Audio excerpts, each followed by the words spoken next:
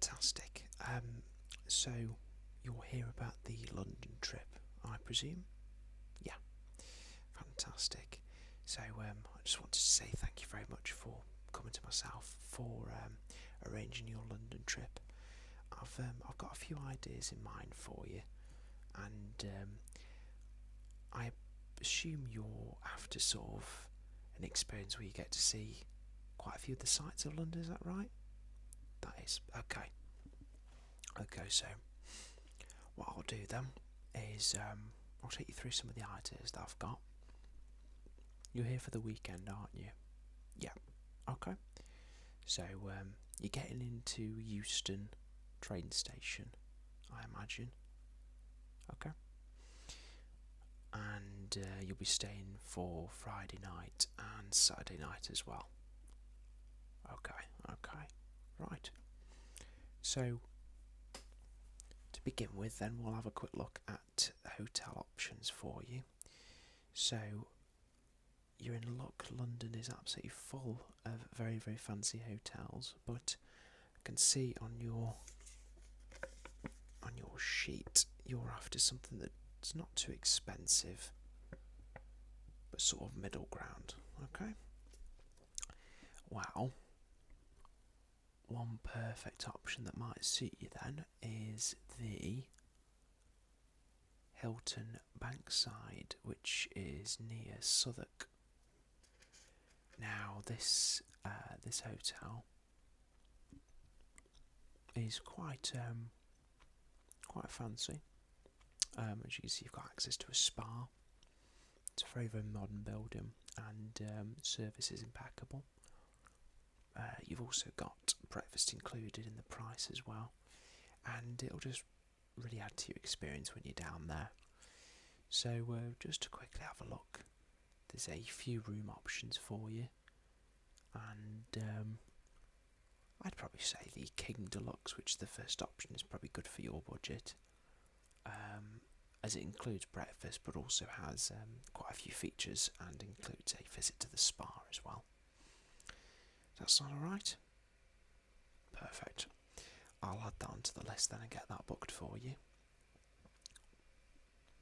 So to get to the hotel after you arrive in London, you'll want to take the tube from Euston's train station to the Borough tube station.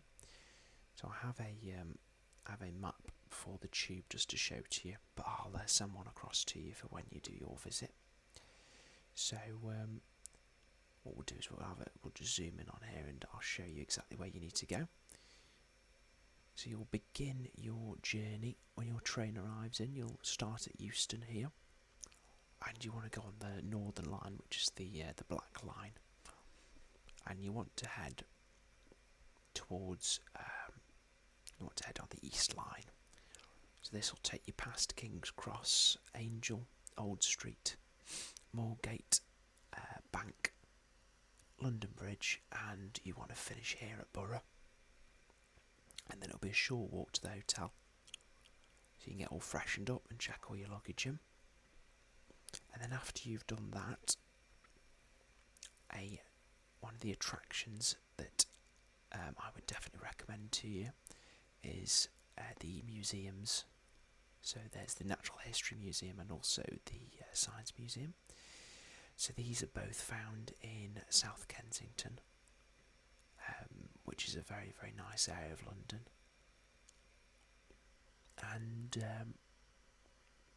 this can be reached at the South Kensington tube station. So you'll want to use the tube to get around because it really saves on walking. London's a lot bigger than a lot of people think, and the tube really helps to shorten your journeys between places. So to get to here, you'll want to take the Northern Line. So you could either take the Northern Line from Borough down to Elephant and Castle, but what I'd actually recommend doing is walking to Southwark, and then you want to go and catch the Jubilee line up to Westminster, which is just here, then you want to take the either the circle or the district line, so either the yellow or the green line, and go to South Kensington, which is just along here. So it's only a few stops. It'll probably take you about 15 minutes or so. And both of the museums are found here. And these museums are absolutely amazing. They are free to get into. And they're probably the best museums you can really go to in London. So the Science Museum. This focuses on physics, biology, engineering, that sort of stuff. And there's plenty of exhibits to have a look at. For example, we've got the engineers section where you can have a look at interesting engineering exhibits and get hands-on experience with some of the interactive exhibits as well. There is also a flight section which has got a lot of planes that have been put on display. So these are some old prop planes like you can see in this picture, but also some more modern ones as well. There's also a BBC display, so they do hold temporary displays as well. So this one at the moment is to celebrate 100 years of the BBC, and that is currently ongoing. I believe it ends in September around that time. There's also some other areas like Under the Sea, which is a IMAX screening in a theatre, but there's also some tours as well on for you to have a look at. So it is free to go into the museum, but for some of these things you'll have to have a little book, but you can do these on the day as well if you'd like. The Natural History Museum is just down the road from the Science Museum, and this focuses on anything from geography to archaeology, and they've got a lot of fossil collections of some of the dinosaur skeletons as well. So as you can see on the map, they are right next to each other, and the Natural History Museum is in a very, very beautifully preserved old building, and the central hall actually has a giant skeleton of a blue whale in there as well. But there are dinosaur skeletons as well, and they're separated into different zones that you can have a look round. So the blue zone, this has got the dinosaurs, mammals, the blue whale models in there. It's also got some more marine animals as well. The green zone focuses on the main hall, which is where the giant skeleton is. It's got birds, insects, fossils, and also the vault with some minerals as well, where they have some of the valuable minerals such as diamonds, emeralds, and that sort of stuff. The red zone covers geography-based exhibits. So there's the Earth Hall, where an escalator takes you through a model sculpture of the Earth. There's a section on volcanoes and earthquakes, human evolution, and shows a history of Earth throughout its formation up to the present day as well. So those two museums should probably take you about 2 hours each. So if you were to arrive at the Science Museum at about 10, it should probably be done by about 12. Of course, add on a bit more time if you're doing any of those guided tours. But there are plenty of eateries around that area, but I'll leave it to you where you want to go for those areas, because sometimes on the day it's best to decide when you're there for what you fancy eating. And then when you've finished at lunch, you could always pop along to the Natural History Museum as well and finish there sort of early afternoon. You could even grab some lunch in the cafes if you wish to. After you've done those museums, I would probably recommend having a look at Hyde Park and St James's Park as well. So up towards the north you've got Kensington Gardens, and you've also got St James's Park as well, and Hyde Park, which is this part here. So Kensington Gardens holds a palace in there, which you won't be able to go into, but you can have a look at it. And then Hyde Park is here, and this all connects on to Buckingham Palace, which is just around this area, so you can walk straight through. And Buckingham Palace, this is of course where King Charles resides. This is his main residence when he's in London. And they also do tours on. So currently, throughout August, they are doing tours, which you can book. I believe they're about £90 per person, but it just gives you a look around the actual palace interior as well. And is usually something that the average public member won't get to see, because outside of these 10 weeks it's shut to the public, you won't be able to get in. So after you've done the Buckingham Palace visit, you can always go and have a look at St James's Park, which is also a very nice green space as well. The parks are absolutely massive, and they're just very, very peaceful to walk around as well. Just gives you a break from the hustle and bustle of the city. After that, if you feel a bit peckish, I would recommend having a look at Covent Garden, because Covent Garden is a collection of markets, and there are some lovely, lovely local eateries here, full of craft from local sellers and local produce. But also, if you're fancying something a little bit more upmarket, there is also the Ivy Market and Grill, which is quite an upmarket restaurant. It fits within your budget though, and they do some absolutely amazing food. But if that's not what you're after, there are plenty of eatery areas within the actual within the market building itself. There are also lots of shopping areas as well in here, and that's the actual building itself. So it's a lot of undercover areas, and the shops are within the walls of each of these bits here. But they also have some market stalls set up out front as well. So after you've done that, at the end of a busy day, you're probably wanting to head back to your hotel for the night. So to get back from there, you'll want to take the Covent Garden tube stop back to Southwark, or back to Borough for the evening. So what you'll do is go from Covent Garden, which is just here, and that's on the Piccadilly line. You'll then want to go on to the Northern line at Leicester Square, and then catch the Northern line down to Waterloo. And then you can either catch the tube from Waterloo to Southwark, or you could walk it if you fancy it. There isn't probably much difference in it, that being that close, but yeah, I've got the option then of catching the Jubilee to Southwark as well. So once you've stayed the night on Saturday, on Sunday morning, you could always go to the British Library, which is Britain's largest library, and this houses over 10,000 items in its collection. And this is located quite close to the Euston train station, also right next to the King's Cross train station as well. And something also of interest that you might find cool is the King's Library.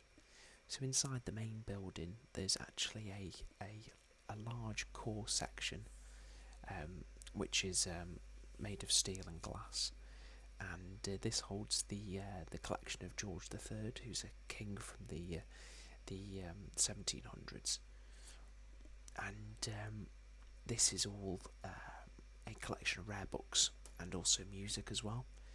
So you can't actually gain access to this part, but you can actually see the shelves, and you can watch some of the custodians walking through it as well.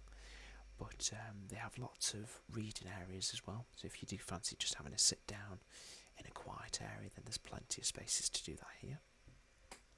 So to get to the British Library, you'll want to catch your tube from, you can go from Borough and head up to London Bridge, past Bank and Moorgate, past Old Street and Angel, and then get off at King's Cross St Pancras International, and then it will just be a short couple of minutes walk to the British Library. And the actual building itself is very, very large, so I don't think you'll be able to miss it. But there we go. So that's the exterior of the building. The entrance is just about there. And that's the interior as well, with the King's Library as well, with some of the reading areas. There is a nice cafe and restaurant in there as well. So it's a good place to stop as well for lunch. And these spires back here, this big building, that's actually the King's Cross St Pancras building. I believe this actually is St Pancras. So that serves the international train routes going to and from Europe as well. And then lastly, the National Gallery is a collection of very famous and rare artwork from British but also international artists as well. So this is near Leicester Square and Charing Cross as well, and it can be accessed by the Charing Cross or Leicester Square tube stations. So some of the artworks that are actually at the National Gallery. So you've got an absolute massive selection of very famous artworks. I'd probably say the most famous of which is Sunflowers by Vincent van Gogh, which is in room 43. I would probably advise getting here outside of peak times, because this particular exhibit can get very, very busy, because it's probably the most famous painting in the whole collection. But some other examples of famous artwork, you've got The Fighting Temeraire by Joseph Mallord, William Turner, which depicts an old man-of-war warship being towed away by a smaller, more modern steamboat. And also my personal favourite, The Stonemason's Yard by Canaletto, and that's in room 39 as well. So to get to the National Gallery, you'll want to catch the tube from King's Cross St Pancras, and you want to end up in either Charing Cross or Leicester Square. It doesn't really matter which one you go to, because they're about the same distance. So for this one, you could go from King's Cross on the Piccadilly line and head down to Leicester Square, which is just here, and you'll get off there, and it's just a short walk to the National Gallery.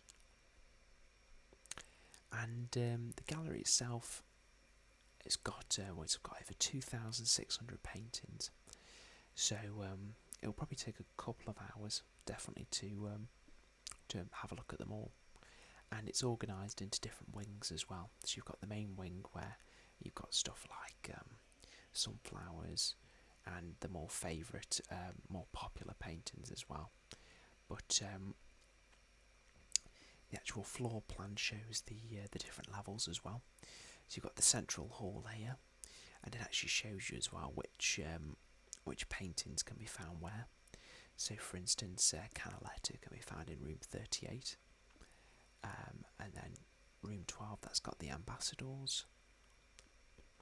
Room 11 has Raphael Lippi and Signoroli, and it's just arranged in different areas with different categories of paintings being grouped together. So the actual main steps of the building, there is a large open square as well for you to visit if you wish to. There is a lot of seating area there as well. And there we are. So this is the front of the building. It's a very iconic landmark of London. And the main entrance is in here. You've got some very old Roman style pillars out front, with the central dome as well, which is actually a functioning sunlight as well. So when you go into the main hall, you can look up and see out that dome as well. There's plenty of windows as well on the roof, so it's very light in there.